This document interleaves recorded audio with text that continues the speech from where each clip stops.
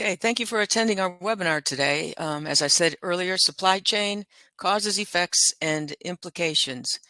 So today you have as our speakers myself, Chris Chmura, the CEO and Chief Economist at Chmura Economics and Analytics, and Brian Shelley, our Managing Director of Consulting.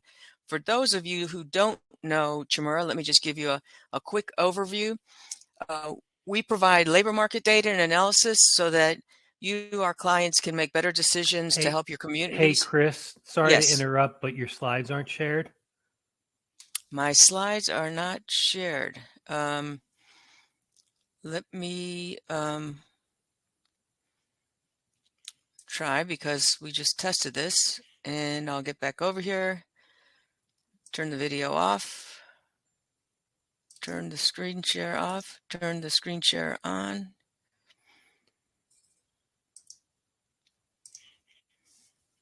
Okay, can There you you see that go. now? Yes. Okay. All right. Thanks, Brian. So for those of you who don't know Chmura, we provide labor market data and analysis to help you make better decisions to help your communities and your businesses thrive. We were founded back in 1998, and we currently have offices in both Cleveland and in Richmond. We're a group of about 50 economists, data scientists, statisticians, and business professionals who really care about helping you, whether it's your community or your business, or making personal decisions to thrive. We're driven by client satisfaction and success. So on our consulting side, we always make it our point to deliver beyond what a statement of work calls for. We have our Jobs EQ product, which many of you probably use. We have a long roadmap of things that we're adding to it to help you be more effective and productive on your jobs. And excellence is really our first priority. When we look at excellence, it's really at the top of everything we do. But underpinning that, we make every attempt to be very thorough, to make sure that our data and reports are comprehensive. It's very important for us to be accurate because, of course, you're making decisions based on the data and the reports that we're providing to you. And bottom line, it needs to be useful and user-friendly. So even though we're economists, when we do consulting, we make sure it's understandable by non-economists. And certainly with Jobs EQ, we continue to strive to make it more useful to you. One of the things, aside from these webinars that we provide to the general public, is the weekly economic update. If you would like to receive this report, Holden will put a link in the chat and you could sign up for it there. It comes out every week. We provide you with the data that came out last week, what economists thought the numbers were going to be, what the actual numbers were, what's coming out next week. And then we give you some of the data in terms of the more important information, some charts, explanation of what the data said. We pay attention to the Fed, when they're speaking, to get some implications for what monetary policy is going to be doing and interest rates. And then we give you some information on the financial markets. And again, this is something that we provide at no charge to the general public. So feel free to sign up in that link that Holden will put out there in the chat area.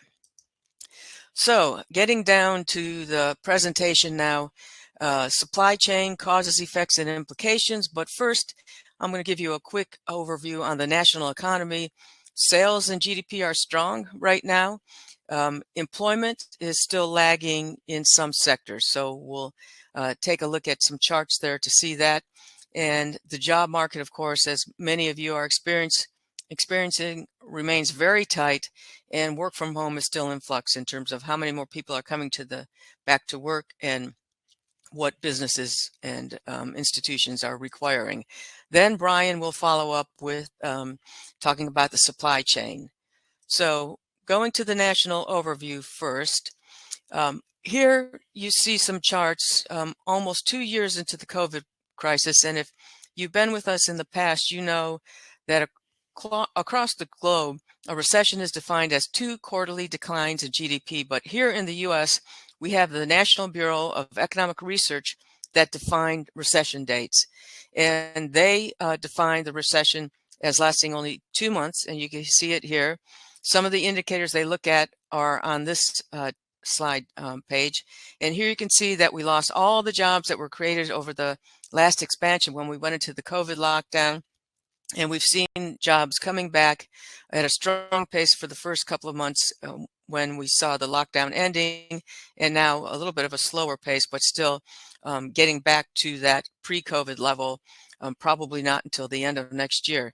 On the right-hand side is personal income and consumption. That's spending by consumers, very important because it makes up about 60% of GDP. So we saw consumer spending plummet when we went into the lockdown. We saw an increase here, and then we saw a spike as more people in this past summer, when COVID was on the decline, people started getting out and spending. We've seen it come down a bit, but still at fairly high levels relative to what we see historically. The green is showing you income. This includes wages as well as transfer payments, unemployment payments, and it spiked because of the CARES Act, because of all of the accommodation that we saw from the federal government, the stimulus, and then it came down a bit and then spiked again when we saw more stimulus coming out of Washington, D.C. And now the numbers are still quite high in terms of personal income, about 5% from a year ago. And then at the bottom, industrial production, which is made up of mining, utilities, and manufacturing output. Again, no surprise, plummeted when we went into the recession. This is a percent change from a year ago.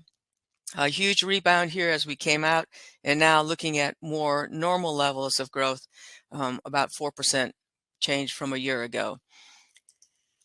Now, in terms of GDP, here you see that when the NBER defined the recession, even though it was only 2 months, it straddled 2 quarters. So recession was defined as the first and second quarter of last year. And you can see the huge rebound that we had when we came out of the lockdown. Growth has been fairly strong, above 5%, but the last quarter, third quarter, dropped to 2%, and that's when the Delta variant picked back up. In terms of a forecast, we're looking at somewhere around 3 to 5% over the next year and a half as we continue to see people coming back out and spending. And toward the end of my presentation, I'll give you a sense of where some of that, some of the consumer spending is coming from.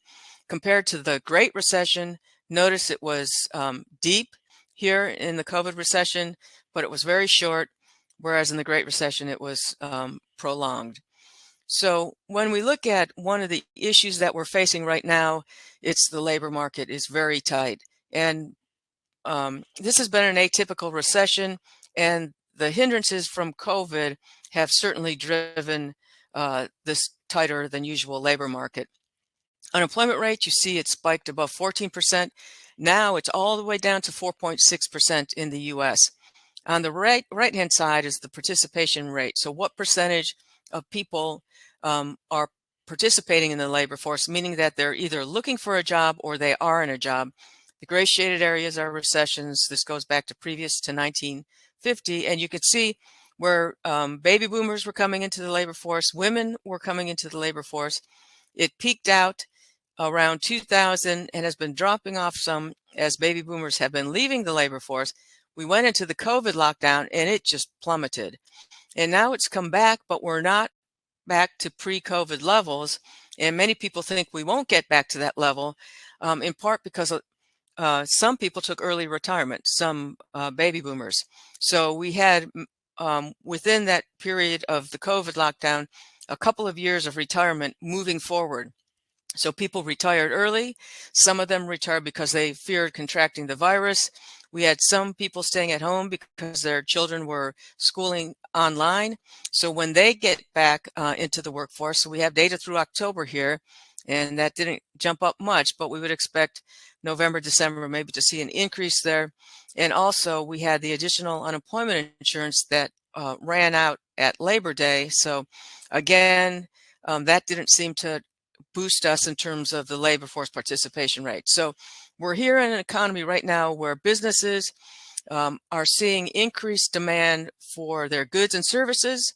And at the same time, we have more people who are quitting. by that not meaning quitting and not working, but quitting and moving into alternative jobs. So businesses are being hit by this double whammy. Not only are they seeing increased demand for their products and services, so they need more workers, but people who are working for them, some of them are quitting and moving on to new jobs. So this comes from what's called the JOLTS data from the BLS, and it's a survey that has been done since about 2000. You can see during recessions, the gray shaded areas, that less people quit, and that's because they don't want to quit because of uncertainty. Will their new employer keep them? Will perhaps their new employer's demand for their services or goods drops off and they'll get laid off? But then when we come out of that recession, you start to see the quit rate rise. And clearly you've seen that happen coming out of the COVID recession. And now we're looking at 4.4 million people quit their jobs in September, the latest data available. That's a record quit rate of 3%. So now with that as a background, let's look at the employment recovery. And I'm just looking at a couple of industries here. This is indexed to 100 at pre-COVID. So the way to read this, for example, in retail trade, we saw the number of employees or employment drop off by about 15% pre-COVID. And by the way, we did this analysis at a detailed level. So for example, if you were looking at grocery stores versus drugstores, this path would look different. But then we summed it all up to get to this 2-digit level for total retail sales. So now when we look forward on this, notice here's the through actual data is October, and you can see we're still about 3% less than the COVID levels. And we don't see, our forecast is for us not to get to pre-COVID levels until toward the end of next year. And then we expect it, retail employment to slowly decline. Part of that is because of the Amazon effect, people buying online. And so here in brown, you're seeing a decrease down 5%, and then you're seeing the big increase. So right now we're looking at employment for transportation and warehousing 7% above where COVID levels were, and then we expect it to continue to increase. So this gives you some background too on some of the shortages and some of the difficulties in supply chain. Not only are we having a hard time finding the goods, as you'll learn from Brian, but we're having a hard time finding the people to work in those factories or in the services firms to provide those goods down the supply chain. In blue, you're looking at manufacturing, which only dropped off about 9% in terms of employment. Right now, we're still about 3% below COVID levels. We expect to get to pre-COVID levels toward the end of next year, and then again, a slight decline due to productivity gains. This may turn into a slight increase if we see more onshoring, in part due to some of these supply chain issues that we've had. And then construction, again, down almost 10%. We're looking at right now just down about 2% from pre-COVID levels, and then we expect it to continue to grow after we get to pre-COVID levels. So holiday season, just wrapping up here before turning it over to Brian, we're expecting it to be very strong, and many of the analysts are, and that is if inventories hold up. So the National Retail Federation gives a forecast of holiday sales every year. They take into account November and December compared to last year. They expect it to be 8.5 to 10.5% above last year. When they do their analysis, they look at retail, but they exclude auto dealers, gas, and restaurants. The average increase over the past 5 years was 4.4%. So this is very strong. The previous high was 8.2 in 2020. But again, remember, and Brian will touch on this a little bit, this is in nominal terms. That is, they haven't taken inflation out of it. And so almost half of this increase could be due to inflation. Deloitte also provides a forecast of retail sales every year, but they look at November through January. They also exclude these categories. They're looking for 7 to 9% above last year. And both Deloitte and the National Retail Federation expect e-commerce sales to be up 11 to 15% above last year's numbers. And bottom line, consumers have cash to spend. The U.S. household wealth hit a record 136.9 trillion at the end of March 2021. That's the latest data from the Federal Reserve. Balances in cash, checking accounts, savings deposits also hit a record 14.5 trillion. And of course, the S&P is up over 20% this year. Housing values are up. So bottom line, consumers are feeling pretty good. And so we're expecting that they'll be spending. One big question is, what if we have those inventory issues? Maybe we'll see a huge increase in gift card sales, especially in December, if consumers are not finding the goods that they want to purchase. And you may wonder, when do those gift card sales hit retail sales? And it's not until they take that card to the store and redeem it.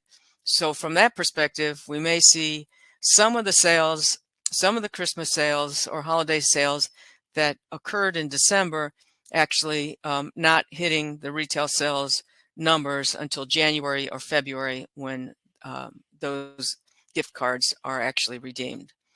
So with that, the U.S. economy continuing to recover, and we're seeing some slowness, though, in some sectors in terms of employment.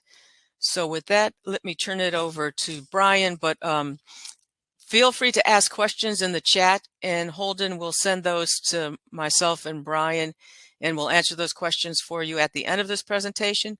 And also, Holden will be sending out this deck and a tape sometime tomorrow. So Brian, let me turn this over to you. Great. Thank you, Chris. Thanks everybody for being here. I'd like to start with actually a question that we have in the chat from Roy Callaghan, who says, retail, the holiday season should be really good for retailers if inventories hold up, which ties into the topic at hand. Are many retailers still concerned about the supply chain? And Rory, I don't know how retailers are feeling about it, but they should be concerned about the supply chain for the reasons that we're about to talk about. So I'm going to sort of summarize some things that Chris already said and put them in the context of what they mean for the supply chain when we talk about what's causing the supply chain right now to be backed up. And the biggest thing, as Chris already pointed to, is increased U.S. demand, right?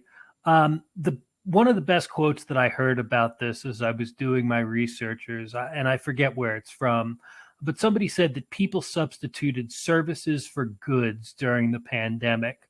So when you think about it, in March of 2020, one, we all started spending less money, which results in the savings that Chris was talking about earlier. But two, you stopped going on vacations. You stopped going to the store. You didn't stop going to the store, but you stopped. Brian doesn't know how to do screen share. You stop going out to eat, right? Maybe you stop taking your kids to bowling or the trampoline place or wherever you go, right? So we stopped using services so much. Instead, people shifted their consumption towards goods, right? Maybe you were one of the people who built a home gym, who ordered some gym equipment during the pandemic. I have a nice elliptical sitting behind me that's brand new, and if it weren't for my wife, would be collecting dust. DIY home improvements were big during this time period. But the point of which is that when we couldn't spend our money on services, we compensated somewhat by spending more on goods. And as Chris sort of intimated with the projections for the coming holiday season, e-commerce is way up, right? So compared to quarter one 2020, in 2021, e-commerce increased 39%, right? So almost 40%. Part of it was we stopped going to stores so much and we started going to Amazon and places like it. The increased demand that Chris talked about for particularly for goods puts more stress on even the healthiest of supply chains, right? And one of the impacts that we're seeing, right, on virtual purchases is that out of stock messages have risen 32% since June of this year, right, as the supply chain impacts have been felt, right? But probably we've all noticed some waits throughout the pandemic for our Amazon orders and stuff like that. Now, the irony that's going on here is that this is a US phenomenon. Global demand is largely unchanged from pre-pandemic levels, in part because consumption has dropped in other areas compared to the United States. There are reasons why sort of like the global demand being level can't really account for our current supply chain problems, which we'll go into here in a second. Now, with the increase in demand, particularly for goods, hiring has not kept up with the demand. The biggest issues related to the supply chain right now are the lack of workers in logistics.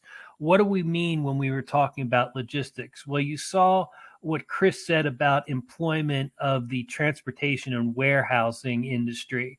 That's what we mean here. And as much as hiring is up in those areas, it's not enough to meet demand right now.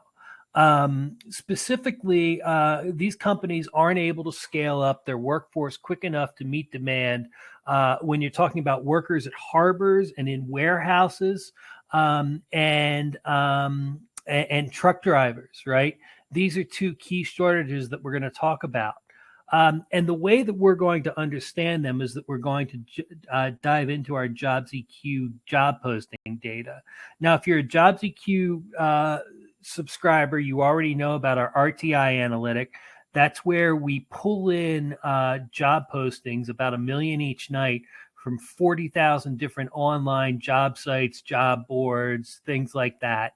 And we deduplicate them and we aggregate all the trends. So one of the things that we can see with the new feature that we've just added, our time series analysis in RTI, is what is the change in job postings for specific occupations over time? And what you can see here, right? So these dates are a little hard to read down here. But here we are in February of 2020, before the pandemic really got started. And you can see that we're at about 95,000 job postings for truckers. So trucking was a very in-demand profession before the pandemic started. You heard people talk about a shortage of truckers before the pandemic. Well, now with people ordering so many more goods and stuff like that, look at this, right? Job postings were up by April of 2021, all the way up to 180, and they're still at about 135% right now. So total truck driver job postings are up 50% since the start of the pandemic because we can't hire enough truck drivers right now. The same things happens with the people working in warehouses, freight, stock, material movers, the people who get the stuff out of the shipping containers and put it onto trucks, or take it off trucks and put it in warehouses and stores and things like that. Those job postings are up 78% since the start of the pandemic. Again, you can see here, February, we have about 45,000 of them each week. And now we're all the way up to 80,000. So the increase has really been something. And this increase in job posting indicates that companies have to advertise more to fill positions because they just have more positions that they need to fill. And right now, those positions are going unfilled. In total, 2013 or 2021 quarter 3 versus 2019 quarter 1, employers posted 1.15 million more job postings, right? All of which, again, that 1.15 million indicates new people who are looking, or I'm sorry, companies that are looking to hire, and they can't hire fast enough right now. Why can't they hire fast enough? We'll talk about that in a little bit. And it turns out that even Santa Claus cannot hire enough workers. If you read the Washington Post last week, you saw an article that described a Vermont toy company. And this Vermont toy company, they're the company that actually they're best known for. They make the trains with the letter blocks behind them that sort of sell cars or the sort of that say kids' names and stuff like that. And so, you might get a train with a block that's with blocks, 5 blocks each that spell out Emily or something like that, right? Cute gifts for kids. Well, they can't find enough people right now to paint the blocks that make up those trains. And so they're worried about whether they're going to make holiday demand. It's a little bit of a humorous example, but when we talk about are we going to have a good Christmas this year from a retail perspective, if we can't produce enough goods, if we don't have enough workers to do the things that need to happen, that compromises that, right? Now, why can't companies hire for these positions right now? Well, one of the things that we're seeing right now, particularly in trucking, there's some evidence of this, is that the wage increases that we are giving right now, and there are wage increases. We'll talk about wage inflation here in a second. But that wage increases may just be shuffling existing workers from occupation to occupation. So in other words, you have a truck driver who was making $17 an hour, and all of a sudden there's a job posting across town for a $20 an hour position. That is stealing it from the original company, not creating a new worker in the workforce. So while some companies might remedy their problems, the underlying problem remains untouched. It's also hard for things like trucking for people to get started in that. You think about what you need to be a trucker, and a lot of trucking is independent.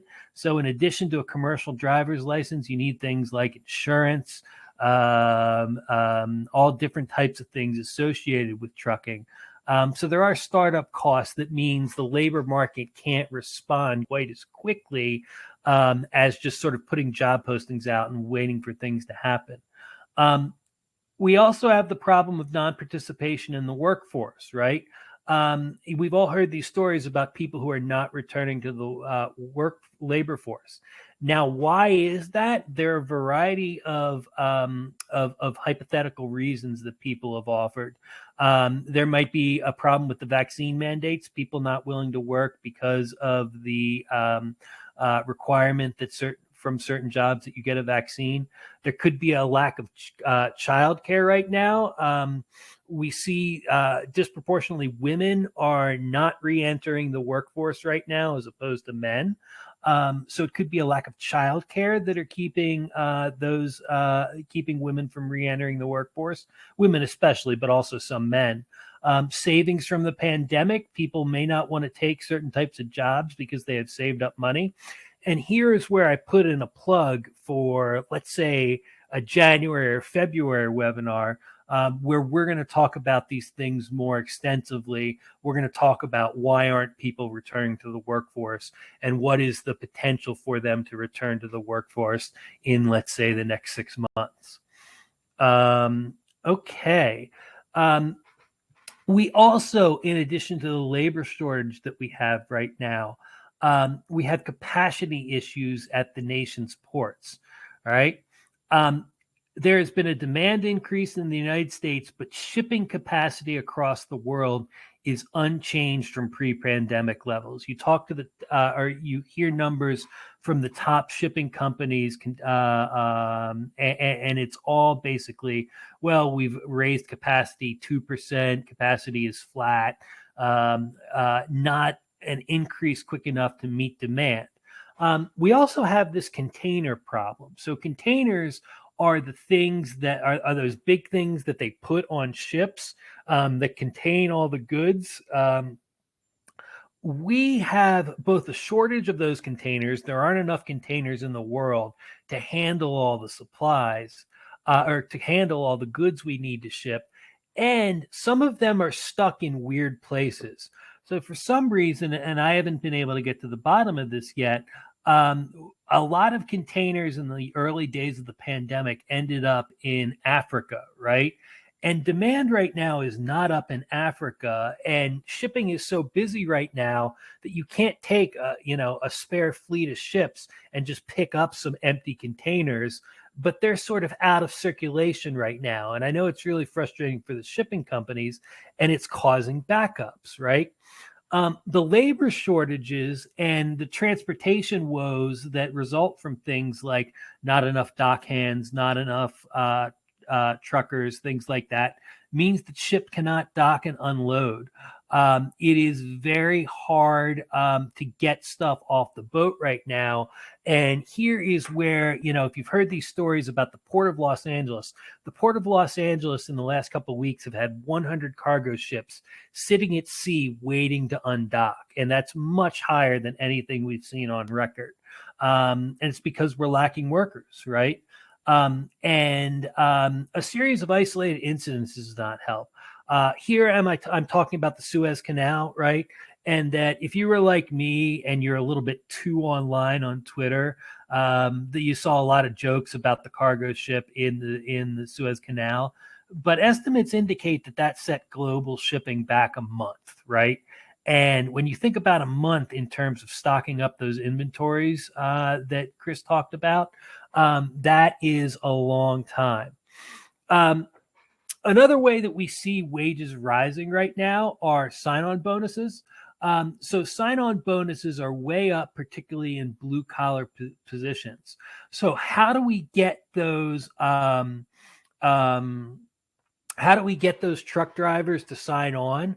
How do we get those warehouse people to sign on? Well, you offer them signing bonuses. You can see that signing bonuses for blue collar workers are all the way up to like 10%.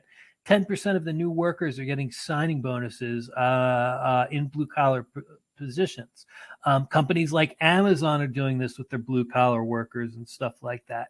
But again, another sign that the hiring market is tight because we have to offer more and more inducements for people to take the jobs.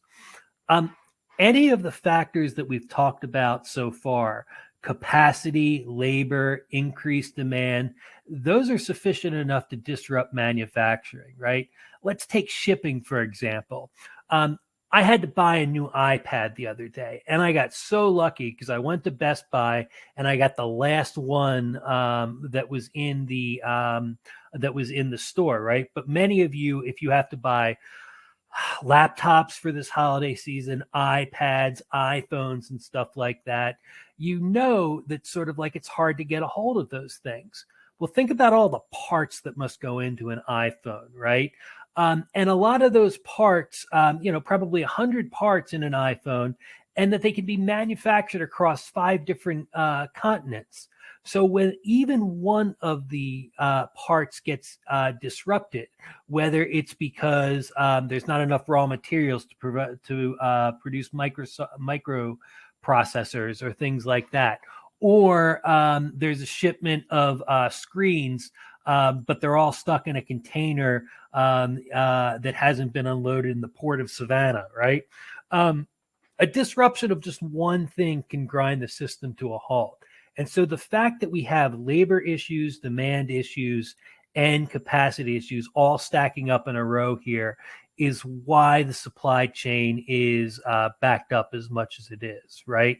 So let's talk about what that means for you, right? Let's talk about what is happening because of the supply chain and how much the disruptions in the supply chain explain sort of the current economic landscape, right? So first thing, most obvious thing, products and materials are stuck in the wrong places, right? The lack of shipping, truck drivers, the lack of a real rail system here in the United States that could transport goods at the level that we would need them to right now, means that shipping backups are happening. And so the materials needed to manufacture things are not getting to the manufacturers, which backs things up. And finished products for consumers might just be sitting in a shipping container in the port of Long Beach, as James pointed out, right? That sort of like there was a real worry that sort of we're going to run out of things like wrapping paper and ribbons this year because like we haven't unloaded all of the containers at shipping ports that have these things, right? One example here is that the port of Savannah, which is the third largest port in the United States, second largest port here on the East Coast, they have 80,000 shipping containers stacked as of late October, right?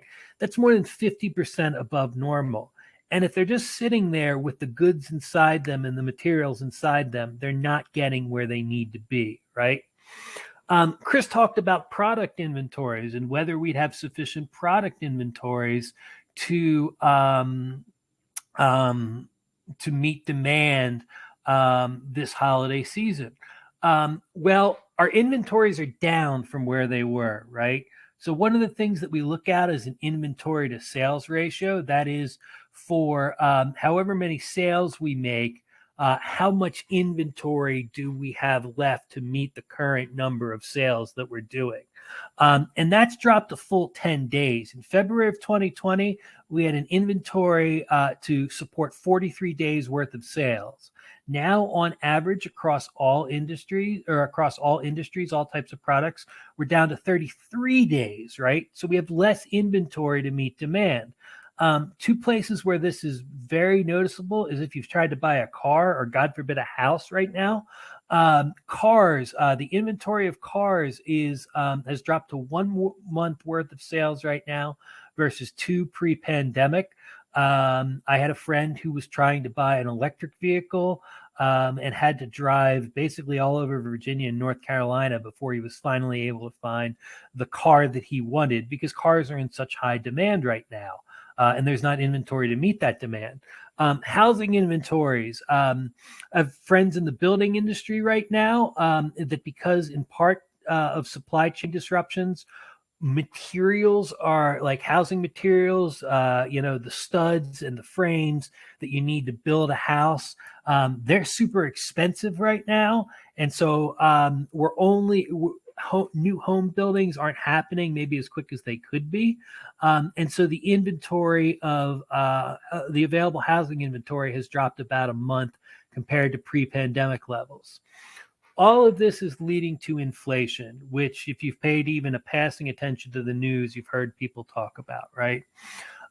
Inflation where? Inflation's in wages, right? According to the Bureau of Labor Statistics ECI index, which measures sort of total compensation across the board for all industries. Total compensation rose 0.7% in the last quarter alone, right? Actually in the second quarter. So in April, May, June, compensation rose 7%, or 0.7%. It's probably gone up more since then. Based on our online job ads in Jobs EQ, we've seen that in the 12 months, in the last 12 months, ending in this September, wages grew 4.2% compared to average wages in 2019.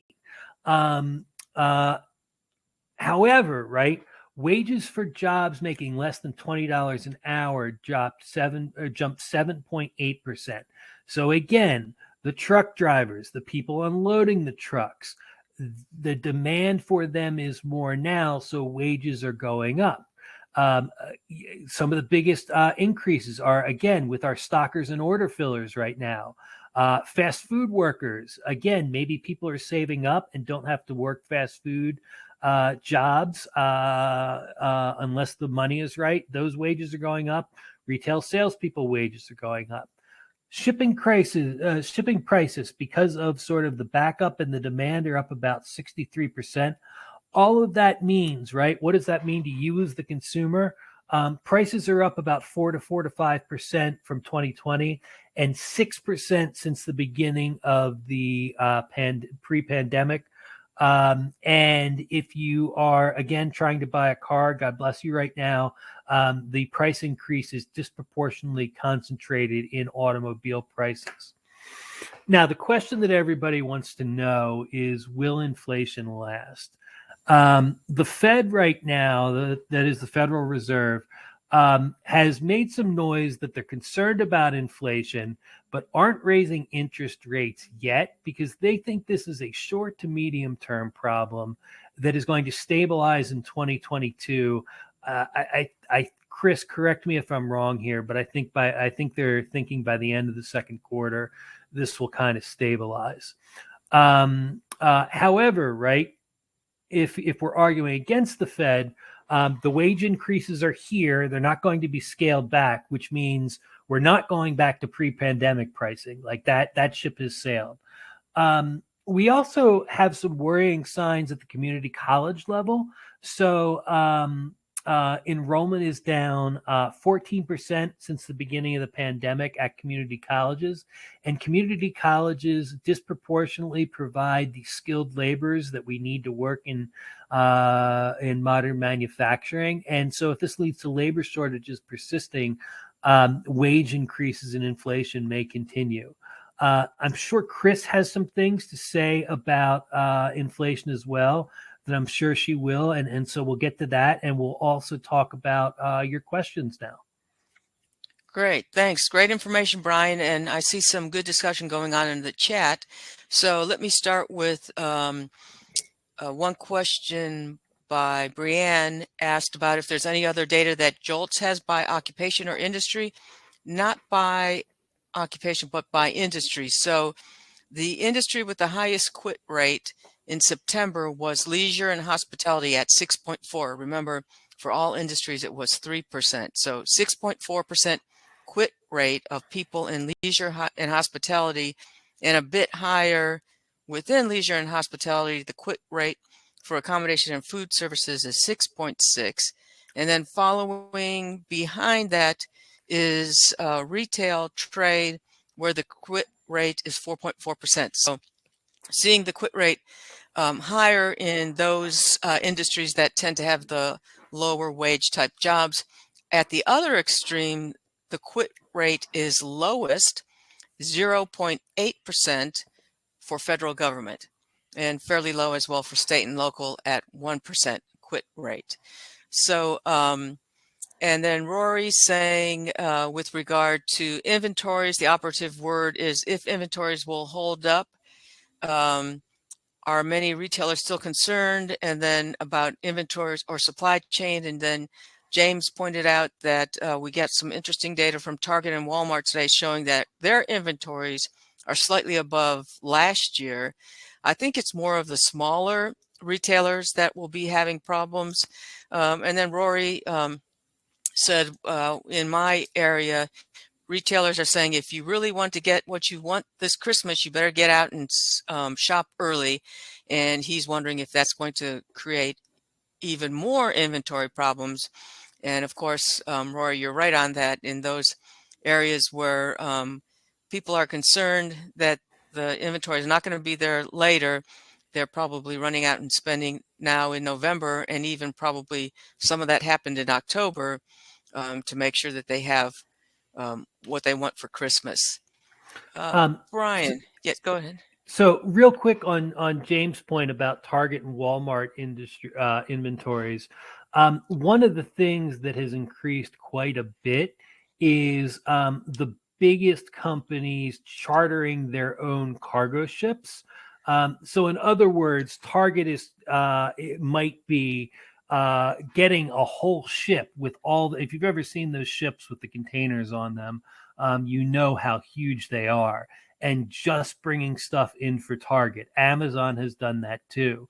So that just reinforces that sort of like the inventory problems may end up, as Chris said, in the smaller retailers.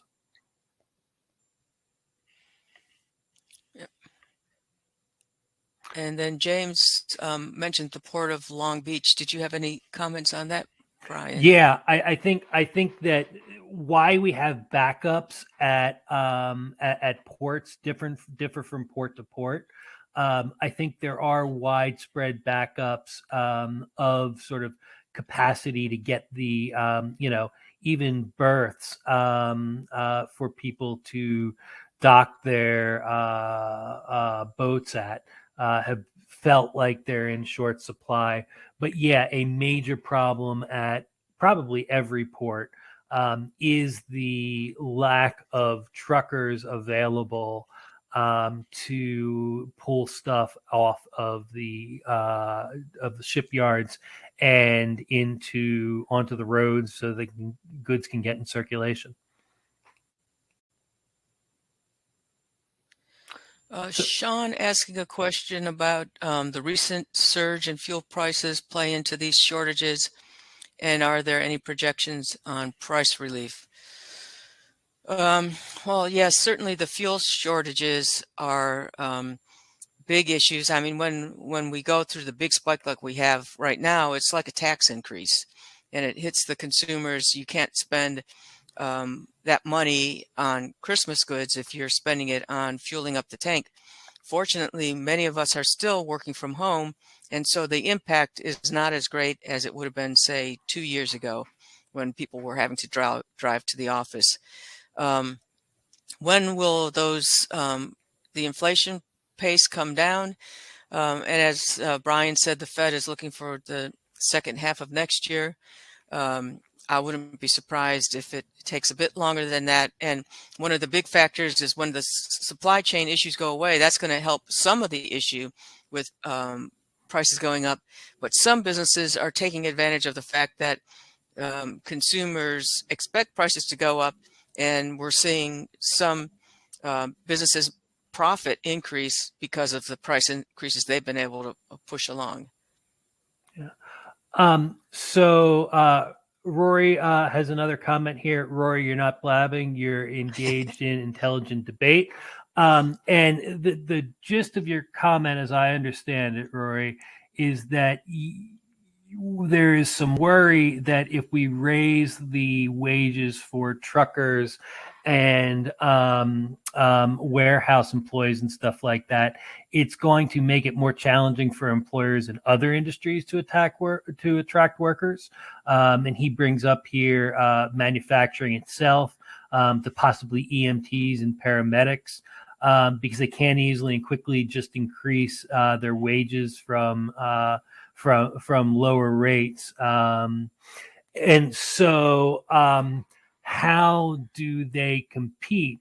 Well, I think one, yeah, we will have an idea. I think we as researchers will have our eye, especially on what's happening with in sort of the lower wage occupations, the blue collar occupations right now, to see if those shortages, for lack of a better term, move around based on which occupations are paying what. And it could be that this is another factor. If what you're talking about is right, Rory, it might be that manufacturing does feel like it has to raise its wages, even though it's very difficult to do, and that drives prices even higher. So that would be, in your scenario, we probably would have more inflation, Rory. One other thing to add there, Rory, is that some firms are lowering their qualifications. So Mm-hmm. you may have a position where you used to want someone to have a year of experience. Now you're willing to bring them in and train them. Or you used to ask for a BS degree. Now you're satisfied with an associate's degree, or maybe no degree at all if you have some courses that you've taken in a particular area. Also, James, thank you. Pet peeve about fuel prices being, when we look at it from a real dollar terms, that it has been fairly stable in the long term since 1930s.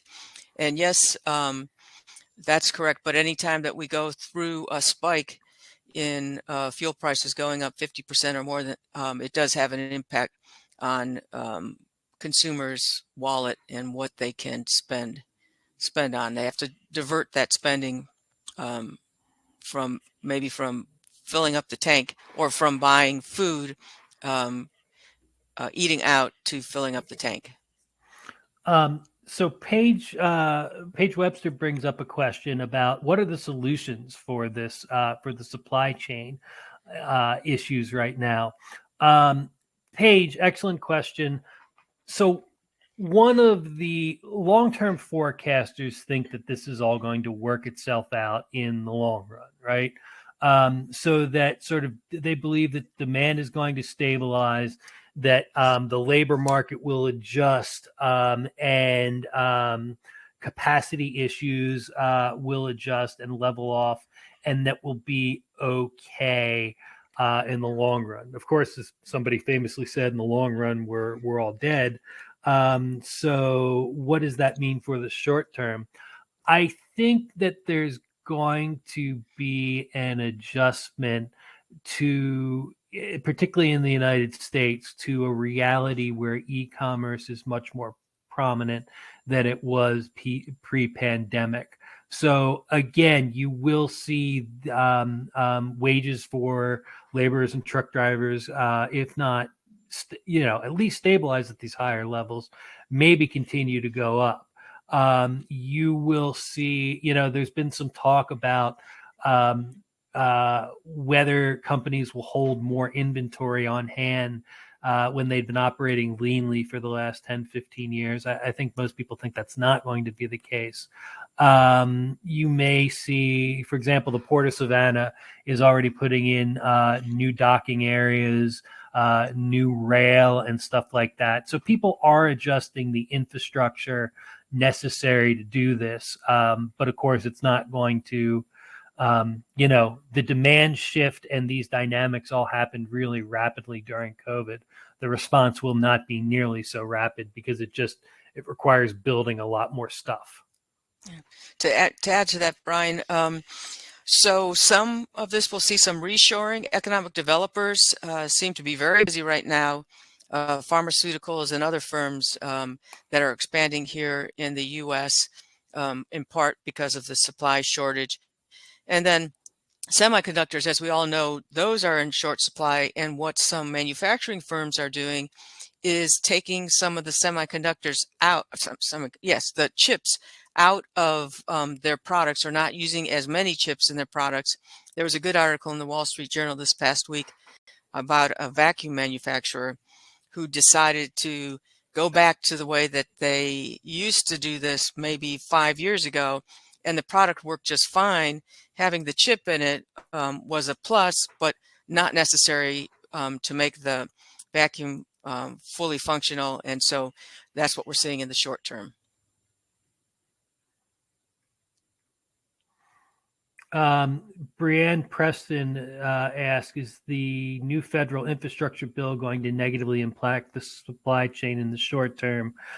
It seems like it might make finding labor even harder. Chris, do you have any thoughts on that? Yeah, sure. It's a lot of money, $1 trillion. It sounds like a lot, but it's not going to occur next year.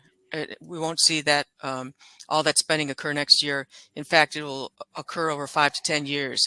And so that will certainly help in terms of the impact on the economy, in terms of the need for labor. But over the long run, certainly having better bridges, better roads will make better airlines, will make us more productive here in the U.S. Sean Allison asks, we've talked a lot about physical labor type positions right now. Do you have any thoughts on professional supply chains and logistics positions and their need in closing the supply gap? Yes. The thoughts are, right, that that is probably going to be an area of growth, and probably an area that will receive new attention and probably new value in the labor market. Kind of going back to Paige's comment about sort of the issues that we're talking about being reactive instead of proactive. We need people now who are going to anticipate the next thing and prepare us for that. And I think that, never waste a crisis, they say. And so in this case, you like the professional supply chains and logistics positions may see greater value as we seek to alleviate and predict what the next crisis is. Sean also says it would be interesting to look at the transition from baby boomers to younger employees in labor-intensive position. Well, yeah, we know a lot of people are taking early retirement right now. That's a major thought in the or major component of the labor shortage. And it's also interesting to see, right? We hear all these. I'm generally skeptical of arguments that say, oh, the younger generation doesn't want to work hard, right? In part because I heard it said about my generation. I've heard it said about every generation since. My friends are now saying it about Gen Z. I think it's just something that we say, which is not to poo-poo your question at all, Sean, but it is to say, right? Are younger employees going to be, are they different, right? So are they less likely than previous generations to take fast food jobs, even when there doesn't seem to be much available? Are they a higher consumer of job, which will lead to sort of like not an organized labor movement, but sort of a disorganized labor movement that drives wages higher? I don't know. We're nearing our 1 hour mark, so let's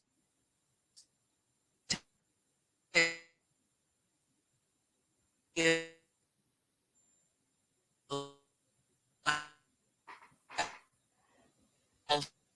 in terms of a timeline, but in terms of, is that going to, are we going to need more truck drivers or less? There's a real debate going on there. Some people think it's going to increase the skills of the truck drivers because you have that person who's sitting in the long haul vehicle that's going down the interstate that now can be freed up to do something else, such as sales, maybe some administrative type work. And so we could see an increase in the skill level of truck drivers. Some people think it will reduce the need for truck drivers, but again, that's a big debate at this point. So with that, and Rebecca, thanks for your response there about Texas and Arizona. Again, thank you everyone for participating. Thanks for all the questions and the chat discussion here. Thanks, Brian, for your input here today. And thank you, everyone. Please be safe and go out and spend often this holiday season. And I hope you all have a wonderful Thanksgiving. We'll continue to do these webinars. And so let us know the topics that you'd like us to hit on. Thanks again.